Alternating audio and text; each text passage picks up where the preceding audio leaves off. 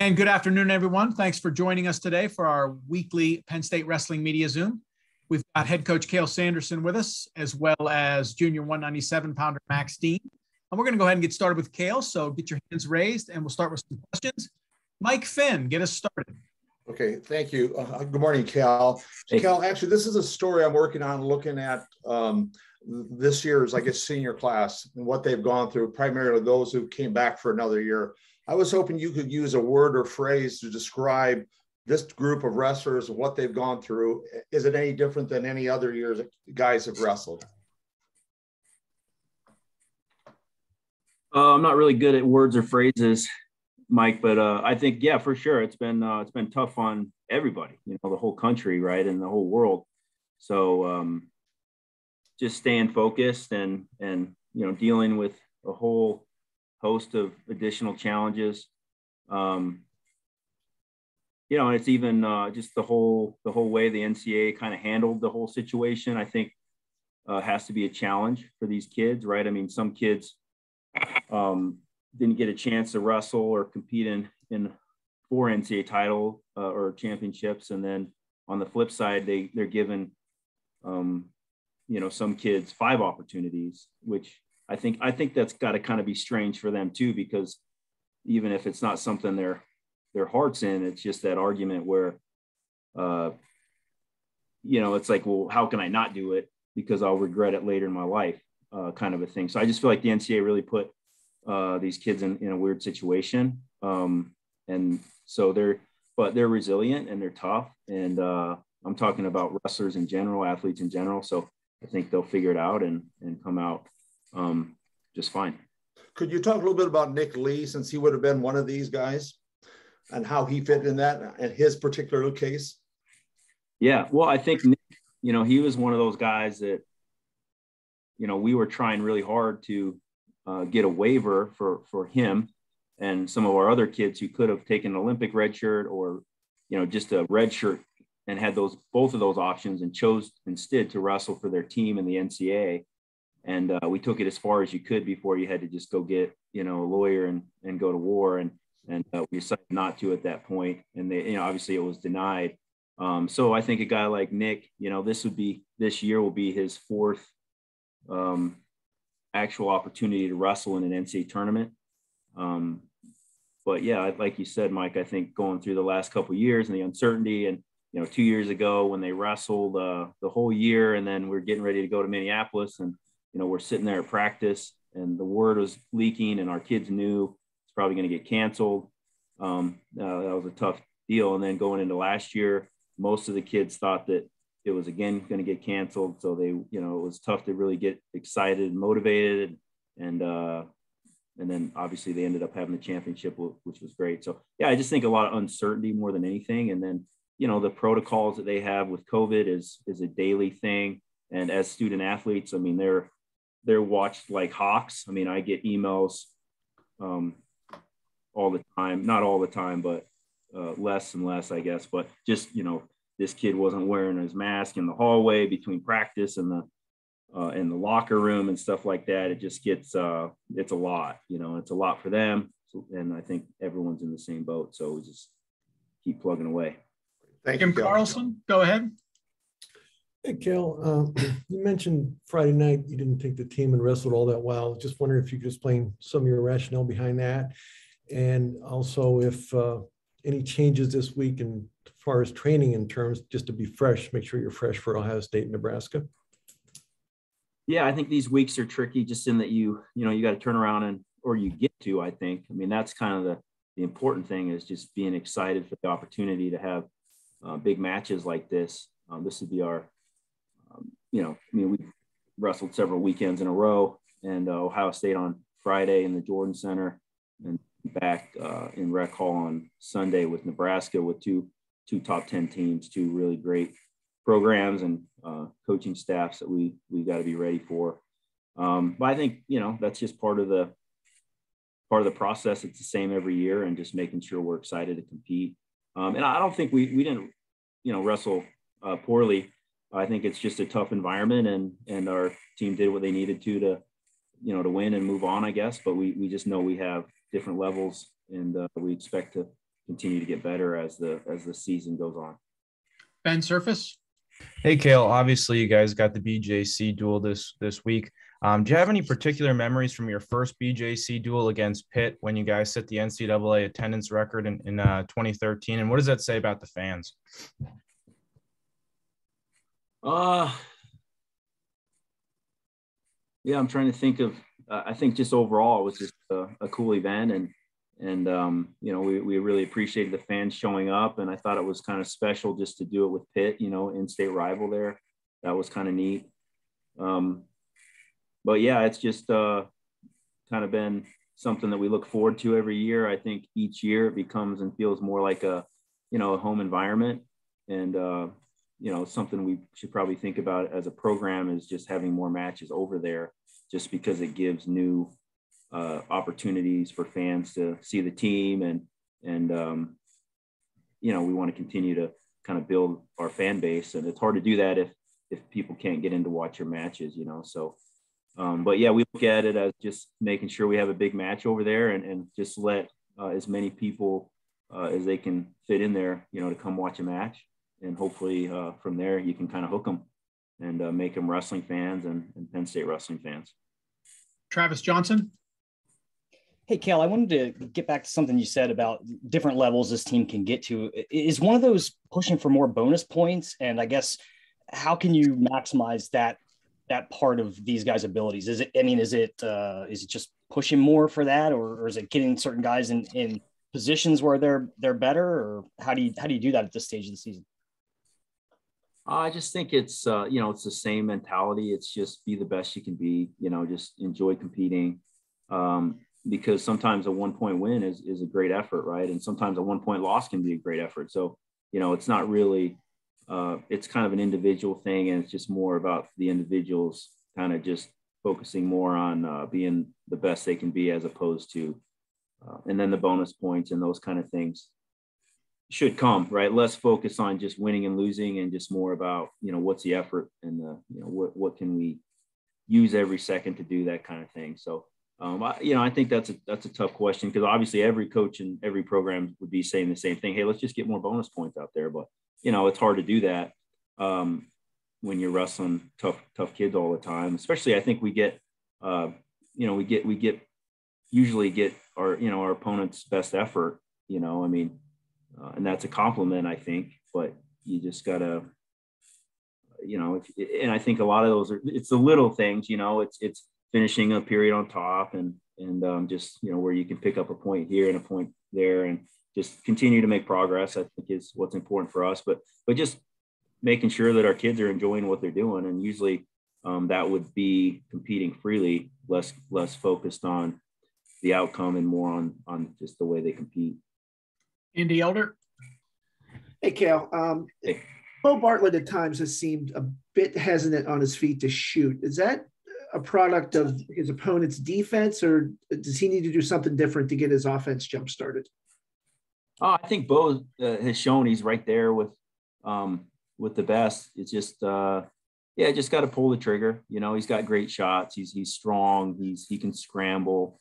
But yeah, I think he certainly has the ability to do really well. And part of that would be just go get that takedown. And we know he can. He knows he can. He just, and so we're confident that he will as we push along here. Tanyon Loose. Yeah, Cael, 197 and heavyweight have kind of seemed like they're both weight classes this season where all the top guys are kind of beating each other up a little bit outside of maybe the two top seeds. And obviously you and I would both have guys that are ranked right in the thick of things there. So can you speak on just the importance of those two weight classes come like tournament season? I think it's, they're great weight classes. I think up and down, you know, all the weight classes are competitive. We just have two really good guys, you know, even, representing us right now in those weights, and both with potential and capabilities of scoring a lot of points. And I think, you know, they just got to keep doing what they're doing, and every weight's competitive. So I don't think there's any kind of uncertainty there as far as the way that goes. So I'm not really sure if that answers your question, but, you know, we like our guys, and we're confident in both of them that they can do we'll do really well, and we'll just get better here as we head towards March. Greg Pickle. Cael, have you made a decision at 57 in terms of that being Baracal's job, or are you still working your way through that? And what positives could you take away from his match on Friday night? Yeah, I think Terrell is close, and we've seen with Tony that he's also close. It's just kind of getting over that the edge there, or the hill, or whatever you want to get over, I guess. But yeah, I would say we're not really set there yet. We're still kind of waiting to see or for somebody to kind of claim that spot a little bit. But yeah, I think Terrell did a nice job against a tough kid, and Tony's done a nice job against some tough kids. But we think believe they're both capable of winning at that highest level. It's just a matter of doing it at this point. Zach Allen. Yeah. Hey, Cael. Kind of going off Greg's question. There have been rumors of Luke Gardner coming back to the team at 157. Can you speak on that right now? Is that true? Yeah. Yeah, he's playing with that idea. It's not really something I could give you, a concrete answer as to, what he's thinking, or, what that looks like.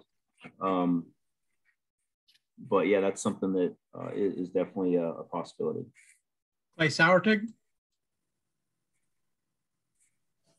Hey, Cael, how you doing? Hello. You look at Greg Kirkfleet, picked up the first takedown against Cassiope, looked really comfortable until he got into the upper body situation. Obviously, lateral drop, and then the inside trip, I think, put himself down 4-1. Are there situations where you'd like to see him kind of work to clear the time more, rather than forcing those upper body situations? Yeah, I think so. I think, Greg has world-class attacks on his feet. He's incredibly strong. I think Cassiope just did a really nice job kind of putting him in those positions and kind of got him to, force 2 throws. And that was the difference in the match. So I don't think it's as much as I think obviously Greg will learn from that. And hopefully we can make some adjustments next time we go around. But I would say that's just more so a good job on his opponent's part to kind of make him feel uncomfortable or comfortable to where he thought he could, kind of hit those throws. But yeah, I think, it's a good learning experience for Greg. Greg will just be better because of that. And, and just like every match, going into a big duel, the last, when every match of the year is those matches are going to come and go. And then, we just need to make sure that we can, we want to compete in a way that we're happy with, but more importantly, just making sure we're getting better and learning from those experiences, good, whether it's good or bad, So I think, for Greg, he was disappointed in himself.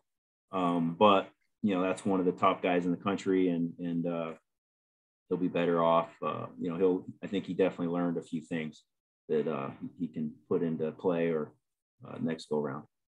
Andy Elder. Yeah, you mentioned Greg, but there seemed to be some pretty intense 50-50 situations in all 10 bouts. Were there some specific lessons that your guys learned that you can use against Ohio State and beyond? Yeah, I think, you got to, if you're not learning, or, you're going backwards, or, staying still, you're going to get passed up, kind of thing. I think each individual is going to learn as we go along here. And sometimes you learn from mistakes, and sometimes you can learn from success. It's really up to the kid, to really, just evaluate where we're at. And as a coaching staff, we'll help them as much as we can. But yeah, I think we just keep not take ourselves too seriously, that you can't just go compete and be yourself out there. And I think, that's probably the most important thing. And last one for Cael, Nate Cobbler. Hey, Cael, not to keep harping on 57 there, but we saw that, Joe Lee was in the mix there too with a couple of those guys. So can you kind of fill us in with Joe? Like, what's going on with him? Is he just not being able to crack the spot at the 57, or what's going on there? Yeah, I think, Joe, he was banged up earlier in the season, and then, went to the scuffle, and I don't think he just didn't really go as he hoped, or and just hasn't really been just really hasn't been there, I guess, to it hasn't really been challenging at that position. I mean, I don't know. I mean, I think Joe, obviously, we've all seen him. He's capable of great things. Very talented wrestler. But just, at this time, it's just not there. All right, we're going to let Cael go and bring Max in. Thanks, Cael. We'll talk to you in a little bit. Thank you. All right. Let's get Max up. All right, Max, how are you? Thanks for joining us. Oh, good. Yeah, thanks. Excited to be here. All right, so we'll go ahead and get started with questions for Max. Tanyon, do you have a question for Max? All right, go ahead. Yep. Oh, sorry. Yeah. Max, I think 197 is one of the few weight classes where a lot of the guys in the top 10 have like 2-3 losses, or yourself where you only have one. Can you just speak on the competitiveness of the weight class and kind of what kind of, is that bringing you some excitement, kind of looking forward, knowing how talented the weight class is and how many guys you have to wrestle? Yeah, certainly. I mean, it's a challenge, but it's something that pushes you to raise your level. So, it's been tough all year. It's not new. And, but definitely thinking about being in the room with, my coaches and my training and, trying to work on those few things that maybe before NCAAs can be the difference, because it is really competitive. There's a lot of good guys. Oh, sorry, my bad. Jim Carlson. Hey, Max, you've had a pretty successful January, probably a pretty grueling month for you too. Can you just explain what life's been like for you, in the middle of the Big Ten schedule? I saw your brother commented about loving the Big Ten. Are you enjoying it as well?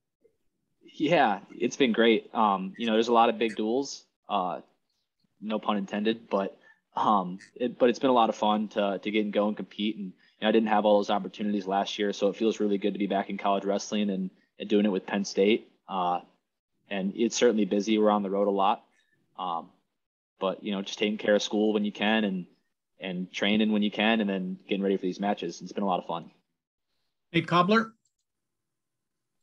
Hey, Max, a little bit of two-part question here. One is, the wrestling news was about AJ Ferrari, obviously having the car accident he had there, unfortunate. But, how does maybe a guy like that not being around maybe not add to the depth, I guess you could say, of your weight class? And then could you just put a little bit of a comparison between, wrestling a Big Ten schedule as opposed to like the Ivy League when you were with Cornell? Yeah, well, first part, AJ, I don't really know all the details of that story. I've kind of overheard it here and there. I don't have social media. I don't really read the news. So, hopefully he's fine. Wouldn't wish anything bad for him or anybody, and just hopefully he makes a full recovery and he's totally good. It's in terms of, the Big Ten schedule. Obviously the Big Ten is the toughest wrestling conference. Hopefully that's not too controversial to say. I think that's pretty unanimously agreed upon. So, it's a little different and getting ready to go every weekend. And obviously I dropped a match last weekend, which, it stinks to lose. And there's things that I want to do a lot better. But I do also think that, being in this conference is definitely the challenge, is motivating. So, and those tough matches are opportunities to work on things. There's not really better practice than being in a live setting, where it's real and it matters. So I'm just trying to use those opportunities to keep, working on my craft and, get ready to go by March. Thank you. Andy Elder. In another two-parter for you, Max. One, I was wondering what your impressions of Carver Hawkeye are and those fans. And two, you've had a couple of pretty good comebacks in the last couple of weeks. I'm wondering, what is it about you that enables you to be able to rally from deficits and pull out wins like you have? Well, so Iowa, their arena and their fan bases, they're into it, is one way to put it, which, it was fun. I enjoyed the experience. I don't hear the specifics of what they're saying. I heard some maybe stories later in the night from my family was there, and, maybe some people get a little too rowdy or a little too fired up and say something they might regret the next day. But for us, competing, it's fun. Those opportunities, especially in wrestling, are few and far between to get to wrestle in front of 15,000 people. So, definitely enjoyed that. Then, so what was the second part of your question? I'm sorry, I got lost in my train of thought a little bit.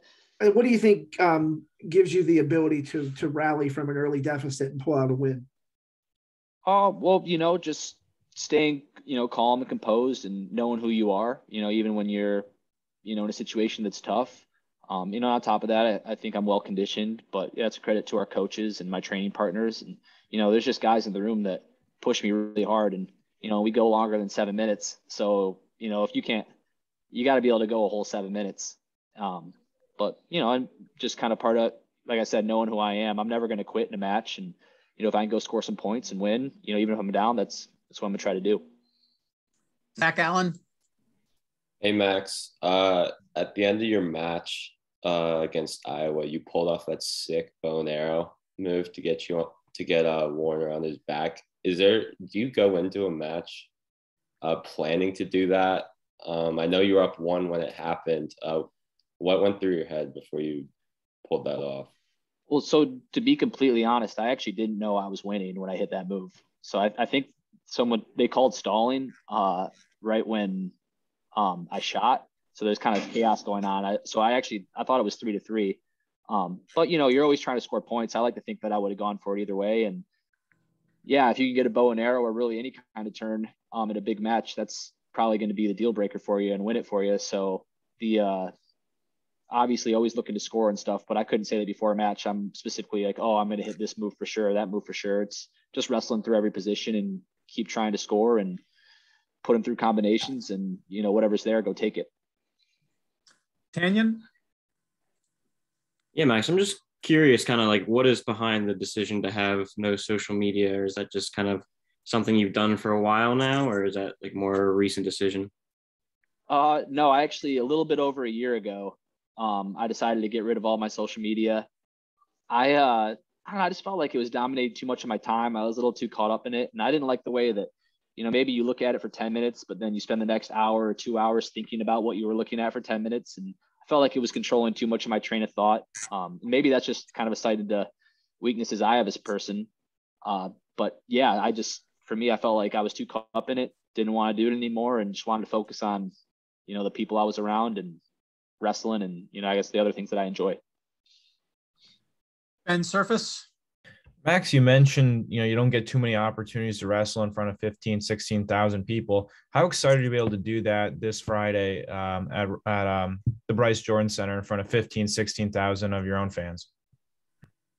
Yeah, no, I'm really excited. It's another neat opportunity. It's a lot of fun. I love Penn State. I love Penn State fans.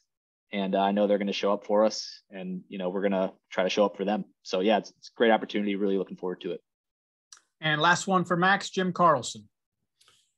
Max, everybody talk about finishing, for the neutral position and all, but yet, you watch Strachey and Kemmerer, and you watch Amin and Brooks and all, and just some incredible counters. What do you do in the room to refine your finishing skills, but at the same time, be aware of your opponent's ability to not let you do that? Well, so speaking of Carter and Aaron, those guys, if you wrestle them, takedowns are hard to come by. They're studs. They wrestle two great opponents too in those matches that you mentioned. But they're just hard guys to score on, which, they're number one, they're national champs for a reason. In terms of me, there's drills and specific things that we work on to go finish shots. That's been a big focus for me lately, is making sure that I'm converting when I get to the leg. But I think, just putting yourself there over and over and over again. So when you're wrestling some of these guys, and where you're lucky to have really good RTCs, so I get to wrestle, David Taylor and Kyle Snyder and Jason Nolf and Zane, there's just the list. I'm going to leave really good people off that list that have helped me a ton, just because there's so many to mention. But just making yourself shoot over and over and over again. And, maybe you only finish one of those takedowns in a match, or, maybe you don't get any, or maybe you get a couple, but, just pushing yourself back in that position and trying to get some points.